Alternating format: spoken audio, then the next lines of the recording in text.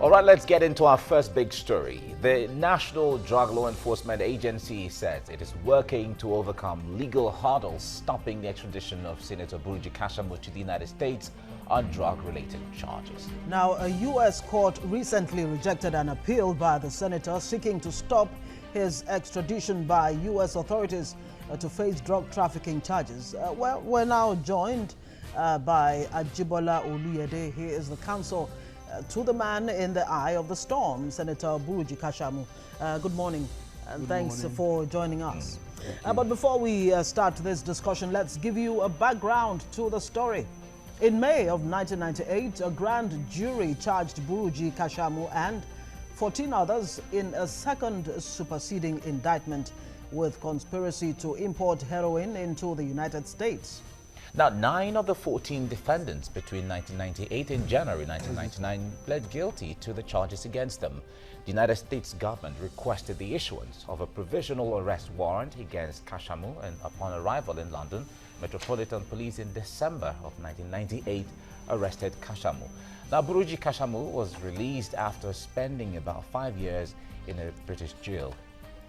The United States in 2003 tried to extradite him from the UK but failed. He then returned to Nigeria and became involved in the political arena.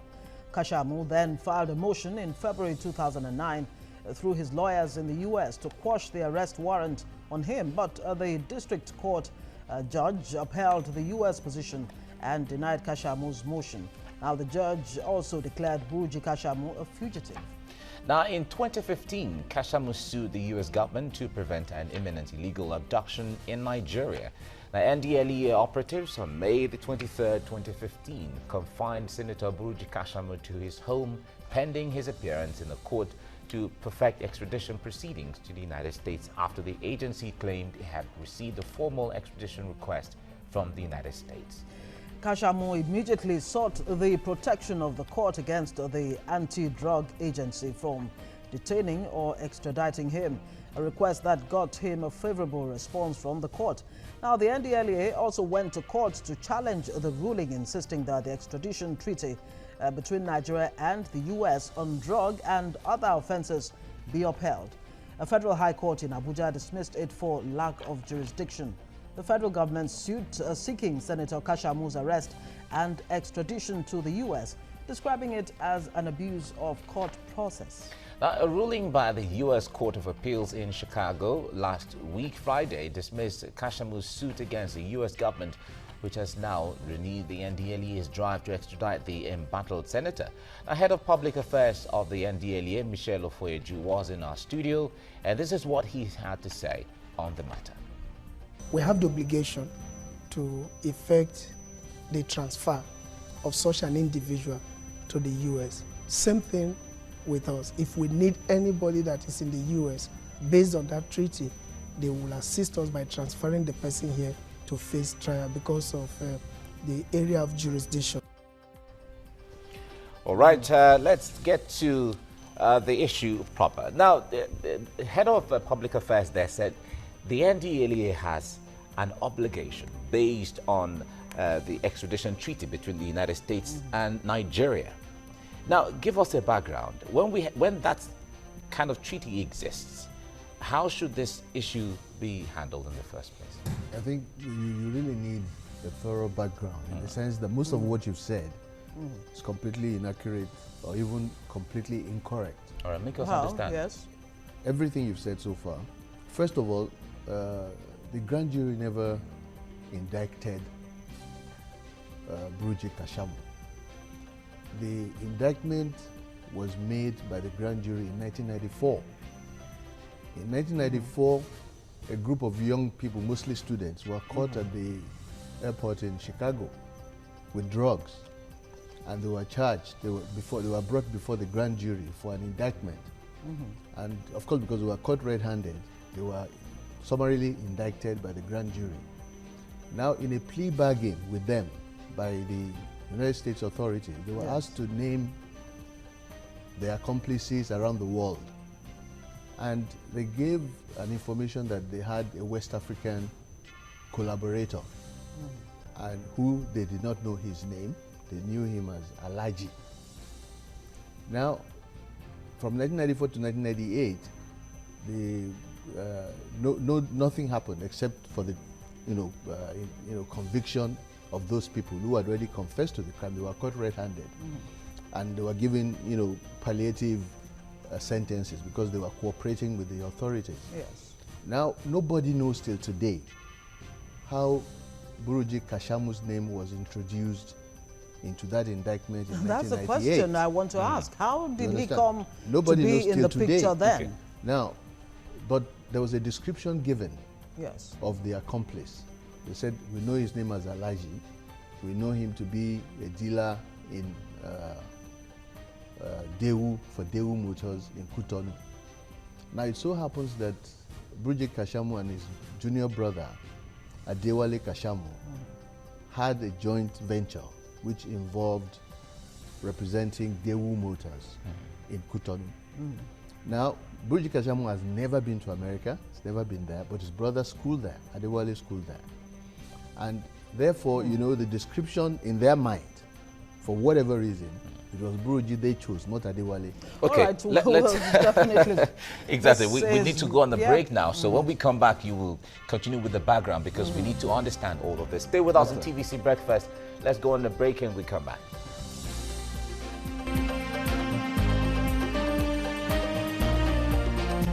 All right, you're welcome back. You're watching TVC Breakfast, and we're looking at the Buruji Kashamu case. Well, this has been going on for quite a number of years now, since 1994 or 96, if I'm correct.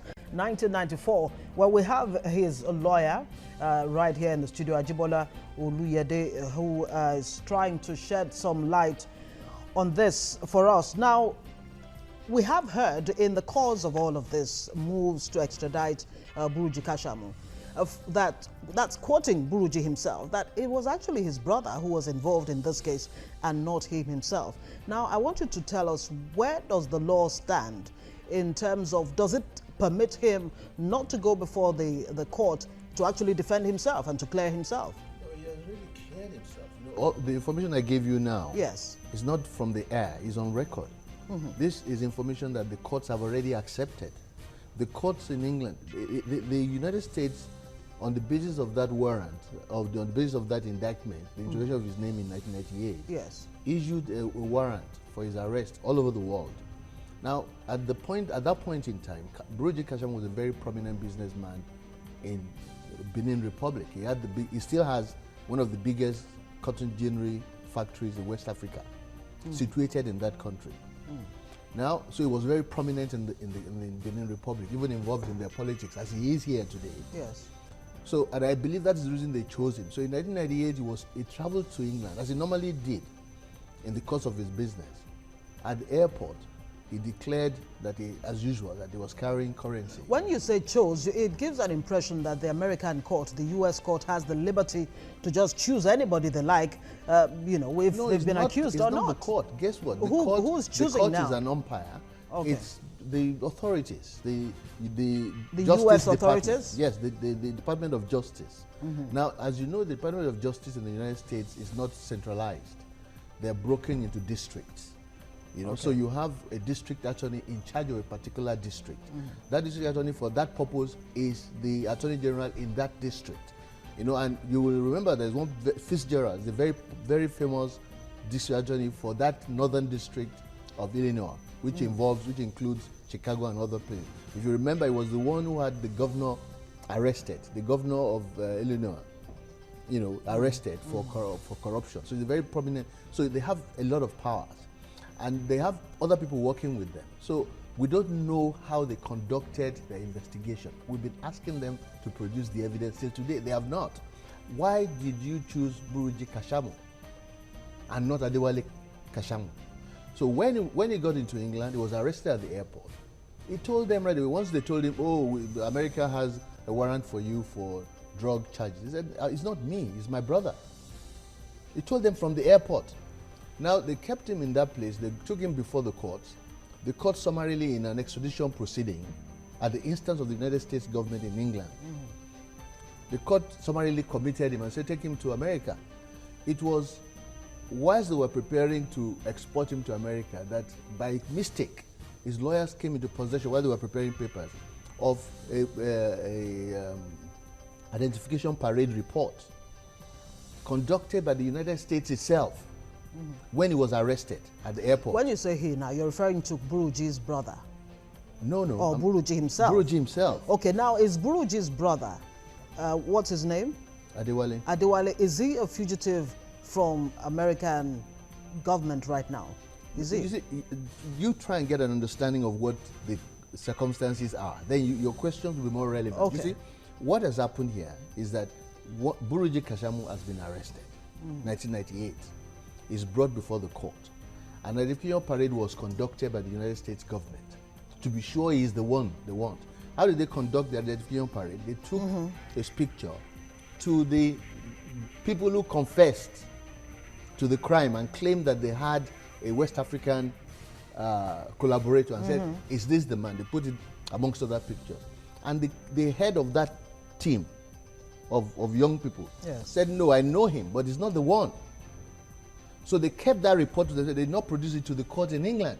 So when the lawyers, by mistake, they were asking for papers and somebody from the US sent them that report by mistake. So when they got that report, they now went to the court and said, look, they suppressed evidence that exonerated our client. That's why the court committed him. So the High Court gave its judgment in 2000 and said this was unbecoming. They used language that normally nobody in diplomacy will use against another government, and said, why did you suppress evidence that exonerated this man? So you know he was not the one. So they struck out the commitment, the committal. Now, that very day was rearrested at the instance of the United States government again. Then they brought him before the court again, saying they had additional evidence that he was the one. Now, that trial lasted 3 years, from 2000 to 2003.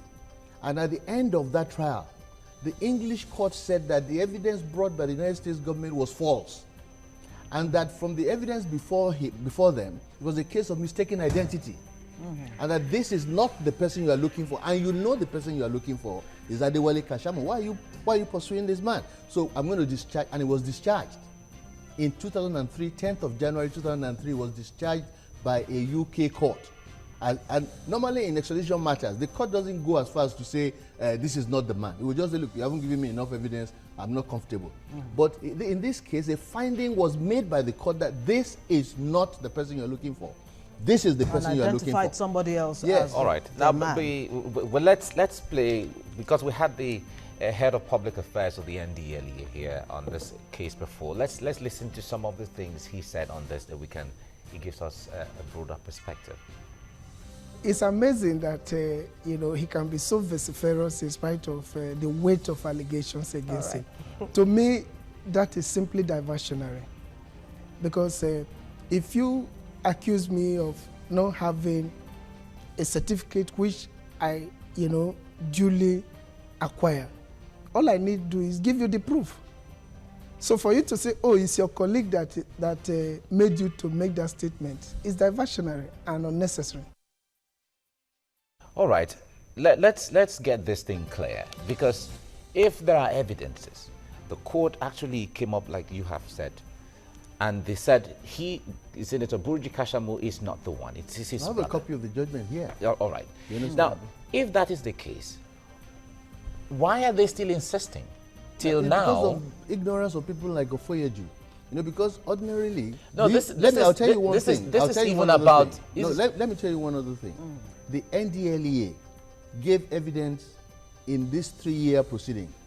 2 of their top officers, the director of prosecution of Ndlea, the director of administration, these are the top officers in Ndlea. They gave evidence before the court in England. And they gave evidence, they confirmed, and I have a letter, they had written me a letter, because I was in this matter from the beginning. And I had questioned their collaboration with the United States, even at that time, because the United States is in charge of our Ndlea, because they train the people, they give them money, and so on and so forth. So on the basis of that, they were cooperating with the United States of the government. So when I came into the picture, I questioned that and threatened them with a lawsuit. And they wrote me a letter confirming that they had made misstatements to the United States government. First of all, they had lied. They said that his brother Adewale had died. When I confronted them with these matters and the evidence, they changed their mind and said it's true. His brother is alive. We just said that because we didn't have any record. I have the letters here. Everything is here. And all these were presented before the court. And then at the end, when we took them to court, they now agreed to send their officers to give evidence in London. So Ndlea gave evidence in London with the approval of the Attorney General at the time that Buruji Kashamu is different from Adewale Kashamu, and Buruji Kashamu is not involved in drugs. So for has Buruji Kashamu at any time gone before the U.S. courts to clear himself in any way or form? I don't know whether you understand the way the judicial process operates. No, I'm not obliged to go to a court to go and clear my name. I'm not obliged to do that. I can sue you for libel, and I have sued many people for libel. Everybody who has now that the U.S. government is insisting that it has a case to answer. They're not. You see, and that's part of the misinformation. Okay, the United States government is not insisting. After 2003, the United States government did nothing. They left him alone. They left him because they knew they had no evidence to establish that he's involved in anything. So they don't even want to bring him to trial in America. But guess what? He felt for the 4 years he had spent in detention, fighting to clear his name, and he cleared his name then. They were obliged to pay him some damages. So on that basis, he went to America to start action against the United States government. For damages. Now, for damages. Now, to be able to do that, he had to set aside the indictment because they kept the indictment. They did not withdraw the indictment. They didn't withdraw his name from that indictment. So he had to have that indictment set aside first to be able to make a case for the damages. So, and that's the reason why there was now an application to set aside that indictment on the basis of the findings of the judges in the UK. In the UK, you understand? And that is what has progressed till where we are today, because he has taken action to set aside that indictment. Now, whilst he was involved in all that, he heard that there were plans to abduct him in Nigeria. No, you see, and you've got to understand that there's a difference between rendition and extradition. Generally in Nigeria, there's a tendency to mix it up, to think that you can just pick up a man on the street, like Oluyede is saying, and transfer him to America. First of all, nobody has a right in Nigeria to take a citizen of Nigeria and transfer him to another country. There's a procedure. It's called extradition. It is based not only on treaty, it's based on law. There's an extradition act in Nigeria. And guess what? Ndlea has no role to play in extradition in Nigeria. Okay, we'll come back. We'll still come back to this. Let's still go on a break, and then we come back to have better understanding. But don't forget, we're going out on TVC Entertainment, and viewers there can continue watching the breakfast program on TVC Nigeria on Concert Channel 190 and DSTV Channel 418. Of course, you can continue to watch the show on GoTV 45 and ACTV 510. Stay with us. Right, if you're just joining us, you're watching TVC Breakfast. We're still talking about the case between Buruji Kashamu and the allegations against him. And we have his lawyer with us in the studio, Ajibola Oluyede. He has been there from the start on this, and he's been taking us through some of the cases in here. Now, let's still play some of the issues were discussed with Michel Ofoyeju, the head of public affairs of the Ndlea, and then he gives us all of, because we had him on the show and he said so many things. So certainly we need to hear from all the sides. For him to, put up this show, in defiance of the law, is most unfortunate, because what is the implication for drug control for the country? What are the diplomatic implications for the country? And what is the way forward for the fight against narcotics in Nigeria? So we are being conscious of all this, and a lot of factors have been taken into consideration. He's not going to be abducted. Let me place that on record. He will not be abducted. He will not be abducted. Yeah, you can see, look, we had a debate during the course of the abduction that failed. And I don't even like debating with him. Was it a case of an abduction? He has no clue. He's completely clueless. I don't even know why they make him head of their, because he doesn't speak for Ndlea. Ndlea. What does the Ndlea have against Buruji Kashamu? Nothing. Can you tell us? Ndlea gave evidence in London that they know Buruji Kashamu, they know Adewale Kashamu. The Adewale Kashamu was pursued by them. They know Buruji Kashamu and his brother as what? They know Buruji Kashamu is not involved in drugs. Okay. They know his brother is involved in drugs. They gave that evidence before the court. It's on the basis of their evidence and other evidence from other countries who came to give evidence in the court there, that the court actually found that it is Adewale Kashamu that America should be pursuing, not Buruji Kashamu. That's what the court found. No, right. Now, earlier you said the Ndlea does not even have a role in an extradition process. They don't. You see, who is supposed to be? The Extradition Act prescribes a procedure. That procedure can only be initiated by the Attorney General of the Federation. Now, how does he do that? He has to receive a formal request from the government of the country that wants that person extradited in writing. There's a form he must take. It must be addressed to the Attorney General. Then on the basis of that, Attorney General can then ask somebody to do a local investigation. If he's now satisfied, he goes before a court and applies to that court for the extradition of that person. Inside the proceedings, in the course of that proceeding, he can ex parte ask, that is, without notice to the person, he can ask for a warrant for his arrest if he thinks the man is going to abscond. So are you saying that none of this has happened? There has not been any correspondence between the US there is no and request, the Nigerian Attorney General? There is no request. Now let's backtrack to what you said earlier before we went on that break. You said Buruji attempted to set aside the indictment on him, which was not done by the US court. That's right. What are you trying to tell us then? Is this an attempt to get Buruji, or any Nigerian for that matter, to answer to a case of drug peddling in the US? Is that what it is? Which one? That the US court refused to set aside the case of indictment of Buruji Kashamu. The lawyers. Or is it because the US does not want to pay damages to Buruji Kashamu? Yes, I believe very strongly that we've said this many times in America itself, because I constantly travel there and I'm involved in the various processes that are going on there. And we have said so even to the courts, that the reason why there is so much fervor from the district attorney's office is because there's a woman there who was guilty of this suppression. The suppression of the evidence that exonerated him. There was one woman there who was a deputy to the district attorney who took the decision that they should not give that evidence to the court. Now, that is what is called in their system prosecutorial misconduct. Now, she has a reason why she does not want this indictment to be removed, because if the indictment is removed, there will be an immediate probe, an immediate investigation into her own conduct.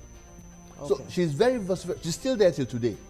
She's she's emotionally committed, emotionally. All right, well, what is her own interest in this whole issue? Originally, I'm sure she had no interest. But the minute she made that faux pas of suppressing that evidence, she became involved. Because now it became her own reputation. It became her own career. It became her own professional standing. For her to even suppress any evidence, it's possible there should have been an interest. For her to even suppress any evidence at all. Nobody knows what like I said to you, till today, we do not even know how Buruji Kashamu's name got on that indictment. We don't know, because there was nothing brought before the grand jury. So all the talk about grand jury indicted is just part of the ignorance. So as Buruji's lawyer now, has there been any kind of input from Nigeria's Attorney General?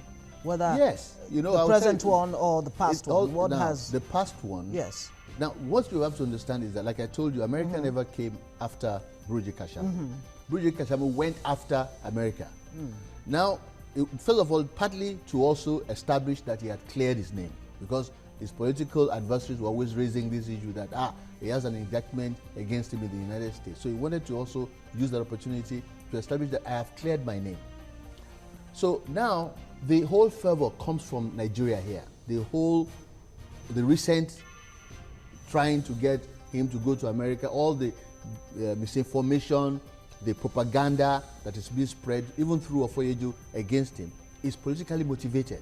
There are people who believe that if they can get rid of him from the system, their political careers will find some kind of footing. And that's why they're committed to, one way or the other, exporting him from this country, even illegally. So on one front, Buruji Kashamu faces some political detractors or mischievous persons, according to him, who want him to be forcibly transported to the U.S. That's right. That's on the one hand. And then on another front, you have this woman, we don't know what her name is. As I said, all this happened in the U.S. You have this woman in the U.S. who wants to save her neck, more or less. Her name is Diane MacArthur. Diane MacArthur. Yes. Okay, and you have the U.S. court that has refused to set aside Buruji Kashamu'S prayer to, of course, not indict him in this particular case. That is not what happened. Look, let me tell you what happened. Untie this knot for you don't have enough time on your program. No, go ahead. For this, don't worry about that. I will Just do the best give I us can. as much clarity now, as this possible. last proceeding had to do not with extradition, not even with the indictment. This last proceeding had to do with the information he had. Remember, this proceeding was started in 2014, December. This one that the judgment is being, yes. It was started in December 2014 when he got information. We started two actions, one in the US, one in Nigeria, because we got information from, and I remember many of you must know, from Obla, who is the senior advocate of Nigeria, who told me personally that I should warn my client that Obasanjo and Attorney General had meetings and he was privy to that. And Obasanjo had said that, he had a private jet waiting to export him. Now, on that basis, we went to court. We went to court in Nigeria because we were not going to do extradition. On the basis of hearsay? On the basis of that information. Yes, it may appear like hearsay, but it was information given, which we believed. And we did other investigation and found other reasons and information that we could bring before the court. So we went before the Nigerian court and said there is a plan to abduct him, not even extradite him. Then we went before the American court and said there's a plan to use American agents to abduct a senator of the Federal Republic of Nigeria. You have to stop it because it's contrary to your law. There's a law called the Mansfield Act. It prohibits law enforcement agents in America from arresting anyone outside American territory for narcotics crimes. So on that basis, we went to American court. We also went to Nigerian court against Ndlea to stop them and the Attorney General. We went to the American court against the American what's the outcome? agent. What's the outcome of the case in Nigeria? The outcome of the case in Nigeria was that in the course of the case, in the middle of the case, after the court had given an injunction that Ndlea should stop all action, Ndlea went to his house, as you all know, and laid siege to the house for 6 days. But it's not just a case of drug, heroin peddling here. There's still the money laundering case. There is no money laundering case. Okay, there's none. There is no money laundering case. All right. All that is just being added on the air. There is no evidence of any money laundering. All right, there was no allegation of money laundering. We need to end the show now, but make us understand, in all of this, has there been a call to bring his brother, to produce his brother in the hope, because he said it's a case of mistaken identity. Has his brother been brought before the law? Guess what? Is not the Ndlea, neither is he the United States DEA, nor is he Interpol to go and arrest his brother and go and produce his brother to somebody and say, here's my brother, I've arrested him. But where is the brother now? That is not a question for me to answer. Okay. So going forward, what's the next line of action from you? The next line of action is that people like Oluyede ought to be removed from their position because they're speaking falsehoods. Well, that's your opinion, because yes. The point there is that it is your word against his word against yours. It's the record against him. The record. Fine. The record that shows that Nigerian government the Nigerian courts have said you have no right to touch this man because he has been exonerated from this crime. When the law is on ground, there are that's perspectives, that's and what there the are Nigerian sides, courts have said. and there are sides to the law. So now, if the Nigerian court says that, and you come to the television and say that you are going to go ahead anyway, no matter what the court says, that's criminal. All right, such a person should not be in that office. Ajibola Oluyede, thank you very much for coming to shed more light on this case this morning. Thank you. Thank you very much. Thank you. All right, we'll go on a break and we come back to discuss our other topics. Stay with us.